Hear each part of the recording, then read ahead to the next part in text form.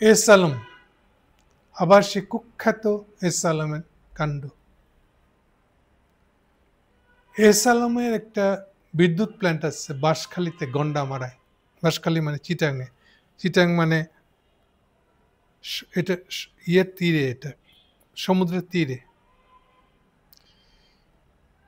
সেখানে এটা চীনের সাথে জয়েন্ট ভেঞ্চার ছিল তার, হাসিনার আমলের।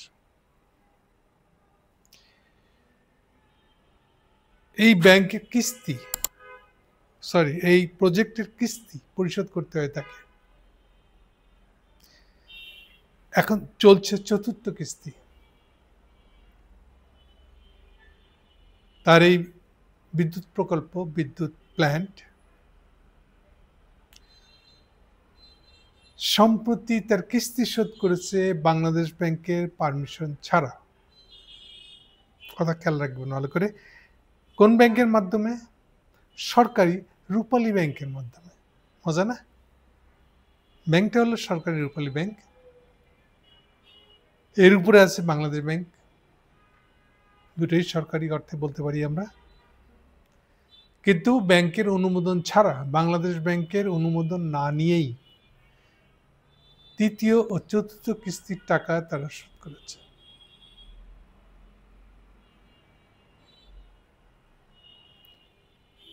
আমি বারে বারে বলেছিলাম, বলে আসছি, কতবার যে বলেছে ঠিক নেই, যে এরা ঋণ খেলাপি। এস আলম একটা ঋণ খেলাপি। পাঁচটা ইসলামী ব্যাংকের নামে নানান কায়দার কারিশমার ইসলামী ব্যাংক এগুলা বানাইছে এক একটা। সেই ইসলামী ব্যাংকগুলা থেকে সমস্ত টাকা তারা লুটে নিয়ে গেছে। সমস্ত আমানত, মানে 85% আমানত তারা লুটে নিয়ে গেছে। বাংলাদেশ ব্যাংক, এই আমাদের মনসুর সাহেব গভর্নর আর আমাদের অর্থ উপদেষ্টা টাকা ছাপায় ওই ব্যাংকের টাকা দিচ্ছে। এখন হাই হাই করতেছে। ফাইনালি ব্যাংক 5টাকে এক জায়গায় করে মালিকানা টালিকানা সব বাদ দিয়ে বাংলাদেশ ব্যাংকের আইনত ক্ষমতা আছে ওখানে নতুন পরিচালক নিয়োগ করার। সেভাবে এখন ব্যাংকটা চালানোর চেষ্টা করছে। এই হলো এস আলমের ব্যাকগ্রাউন্ড। আর এই এস আলম কি করছে? 4,500 কোটি টাকা ইন্ডিয়ায় গিয়া, ইন্ডিয়ার পারমিশন ছাড়া কেউ হাসিনার সাথে দেখা করতে পারে না। সেই ইন্ডিয়ান পারমিশন নিয়ে, ইন্ডিয়ান গাইডেড, ইন্ডিয়ানদের যানবাহনে করে চেপে হাসিনার সাথে দেখা করে হাসিনার হাতে 4,500 কোটি টাকা দিচ্ছে, যাতে এই যে দেশ যতগুলা ভাঙচুর হলো, হাসিনার কি প্রোগ্রাম আমি জানি না, প্রোগ্রাম দিয়ে হাসিনার ফাঁসিটা ঠেকাইতে পারে। এই প্রোগ্রাম করার টাকা দিয়ে গেছে এস আলম। এরই মজা না? আপনি সরকারের টাকা নিয়ে সরকার ফালানোর বুদ্ধি করতেছেন, মজা না? এর থেকে মজার কোথায় দেখতে পাবো না। আর আমাদের ব্যাংকগুলো, আমাদের বাংলাদেশ ব্যাংক, আমাদের অর্থমন্ত্রী এই কাজে সহায়তা করতেছে। এখন হুমকি দিতেছেন যে তুমি কেন, পলি ব্যাংকে চিঠি দিয়েছে, তুমি কেন আমাদের অনুমতি না নিয়ে টাকা পে করে দিলা। 200 কোটি টাকা তা হলে তাও হতো। টোটাল $283 মিলিয়ন 2 কিস্তিতে শোধ করা হয়েছে। এবং সেগুলো নিয়ে এখন বাংলাদেশ ব্যাংকের চিঠি চালাচালি হচ্ছে, ব্যাখ্যা চাওয়া হচ্ছে। এস আলমের কথা আর কি বলবো? উনি তো সম্প্রতিকালে বাংলাদেশ ব্যাংক, বাংলাদেশেরও ন্যাশনালিটি ত্যাগ করে সিঙ্গাপুরে ন্যাশনাল হয়ে গেছে। টাকা বাঁচাইতে হবে। আর এখানে যেই পরিমাণ টাকা মারছে, লুটপাট করছে, নিয়ে গেছে, বিদেশে পাচার করছে, খবর নেই। আমি বারে বারে বলেছি, তার যেসব কোম্পানি বাংলাদেশে এখনো আছে সেগুলো বিক্রি করে দিয়ে এই টাকা উদ্ধার করেন। এবং আমি স্পষ্ট করে বলেছি যে যদি আপনি ঋণ খেলাপি, খেয়াল করেন ভালো করে শব্দটা, ঋণ খেলাপির টাকা যদি যে খেলাপি করছে, শুধু খেলাপি করে টাকাটা ব্যাংক থেকে বের করে নিয়ে গেছে তাই না, এই টাকা আবার পাচার করছে বিদেশে।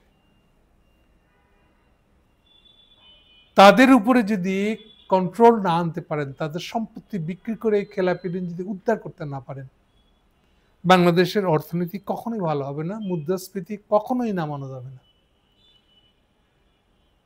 অনেক রকম ভাবে ব্যাখ্যা দিচ্ছি আমি।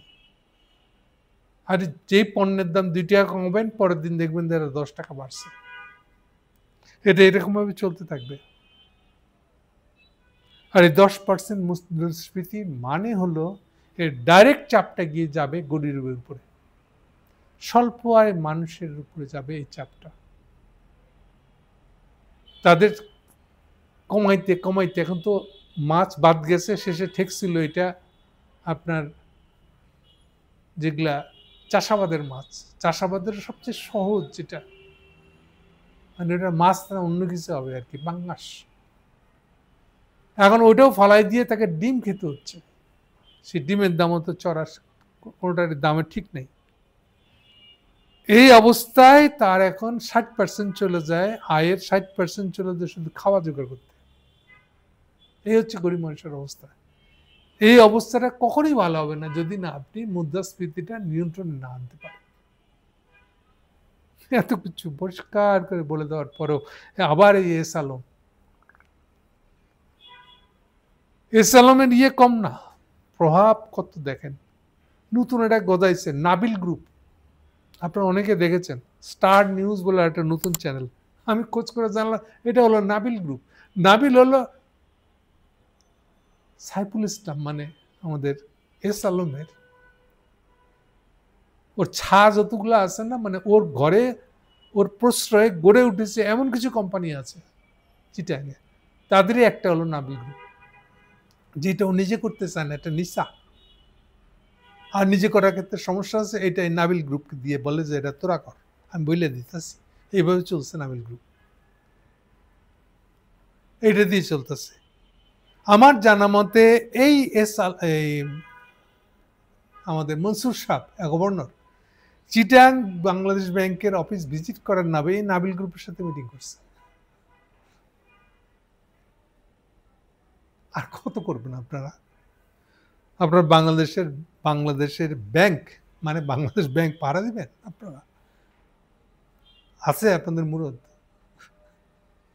আপনাদের মুরদ প্রথম দিনই দেখা গেছে, প্রথম কয়েক মাসের মধ্যে যখন আমরা টাকা ছাপায়, এই এস আলমের ব্যাংকগুলোকে আপনি টাকা ছাপায় টাকা সাপ্লাই দিতে গেলেন, ওখানে তো বোঝা গেছে আপনি মুরদ কদ্দূর কি করতে পারেন, না বুঝেন না কি করতে হবে জানেন, নাকি এর জন্য যারা ইনফ্লুয়েন্স করতে যাচ্ছে সে ইনফ্লুয়েন্স অ্যাভয়েড করার মতন মানসিক তাগিদ, মানসিক সততা আপনাদের আছে।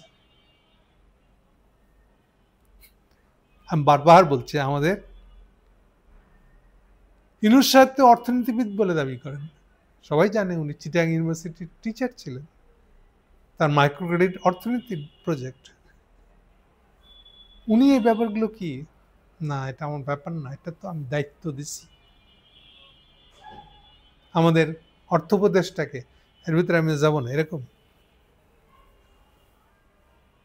কি তামসা, মানে তামসা আর কি। ইউনূস সাহেব অ্যাপলিটিক্যাল বুঝলাম, কিন্তু অর্থনীতির তো আপনার সাবজেক্ট। যত সিম্পল জিনিস যে মুদ্রাস্ফীতি কমানো ছাড়া, এবং মুদ্রাস্ফীতি কমানোতে গেলে পরে আপনার খেলাপি ঋণই উদ্ধার করতে হবে, ওর সম্পত্তি বেঁচে দিয়ে আনতে হবে, কিচ্ছু করার নাই। মায়া দয়ার কোনো জায়গা নাই এখানে। খালি একটুকুই করতে পারেন, সম্পত্তিটা যে কিনছে সে যেন এটা চালু রাখে, ওইটা শর্ত দেন, এটা যেন বন্ধ না করে, ফলে চাকরি যেন না হারে মানুষ। আপনি কোনোটাই শুনলেন না। দেখেন টোটাল এই পর্যন্ত শোধ করা হয়েছে, এই পর্যন্ত লাস্ট 2 কিস্তি 283 মিলিয়ন, বুঝতে পারছেন, মানে 1/4 বিলিয়ন, 1/4 বেশি, 1000 মিলিয়নে 1 বিলিয়ন। মানে ছোটখাটো টাকা না, কিন্তু এটা ছোটখাটো অর্থ না। কিন্তু কে শুনে কার কথা, কে কাকে নিয়ন্ত্রণ করে, এগুলো কেন হচ্ছে এখন আরো বেশি করে? ধরে নিয়েছেন যে আমরা এবার জাতামাতা করে দিয়ে তথাকথিত একটা নির্বাচন হলে তাদের মাথায় চাপা দিয়ে কেটে পড়বো। এত সহজে কেটে পড়তে পারবেন? আপনার কোনো দায় নাই। এই ১.৫ বছর সরকার যা চালাইলেন, ১.৫ বছর বা ১ বছর ৭ মাস যা চালাইবেন, এগুলোর কোনো দায় নিতে হবে না আপনাদেরকে? এগুলোর দায় না পালন করে দায় আপনাদের উপরেই আসবে। এই দায় পালন না করে আপনারা পালাইতে পারবেন না। এই প্রতিটা জবাবদিহিতা বাংলাদেশের মানুষ নিবে আপনাদের কাছ থেকে। আমি বুঝি না আসলে। আমি বারবার যে কথাটা বলি যে তাহলে হাসিনার সাথে আপনাদের ফারাকটা কি আসলে? আপনারা যদি এস আলমের পাল্লায় পড়ে যান, এস আলমকে নিয়ন্ত্রণ করতে না পারেন, আমি বলছি এটা এস আলমকে বিদেশ থেকে আনতে হবে না, এটা অনেক সিম্পল। বাংলাদেশে তার যে সম্পত্তি আছে সেগুলোকে বাজেয়াপ্ত করবেন এবং তার জন্য অর্থনৈতিক আদালত আছে। কিভাবে করতে হবে তাও বলেছি। একদিন পরে এসে খালি হুম্মি তুম্মি করতেছেন, কাজের কাজ কিছু একটাই করতেছেন না। এই যে এখন টাকা পাঠায় দেওয়ার পরে এখন আপনি রূপালী ব্যাংকের ব্যাখ্যা চেয়ে পাঠাচ্ছেন, কি হবে এখন? টাকা তো চলে গেছে।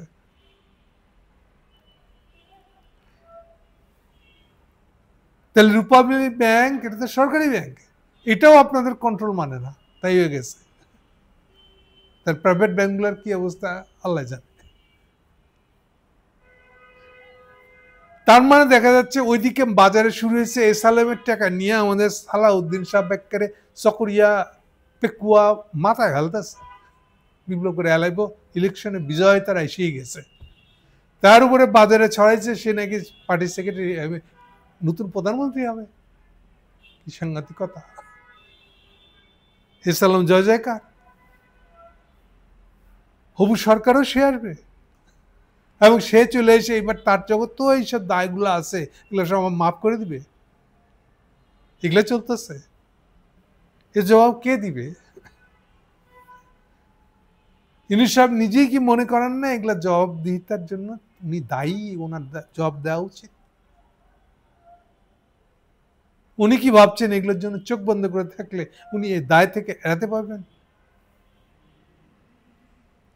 কি বলবো আর কাকে কি বলবো?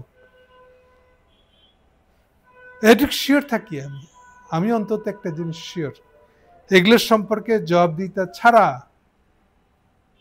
ইউনূস সাহেব ক্ষমতা ত্যাগ করে যেতে পারবেন না। Thank you.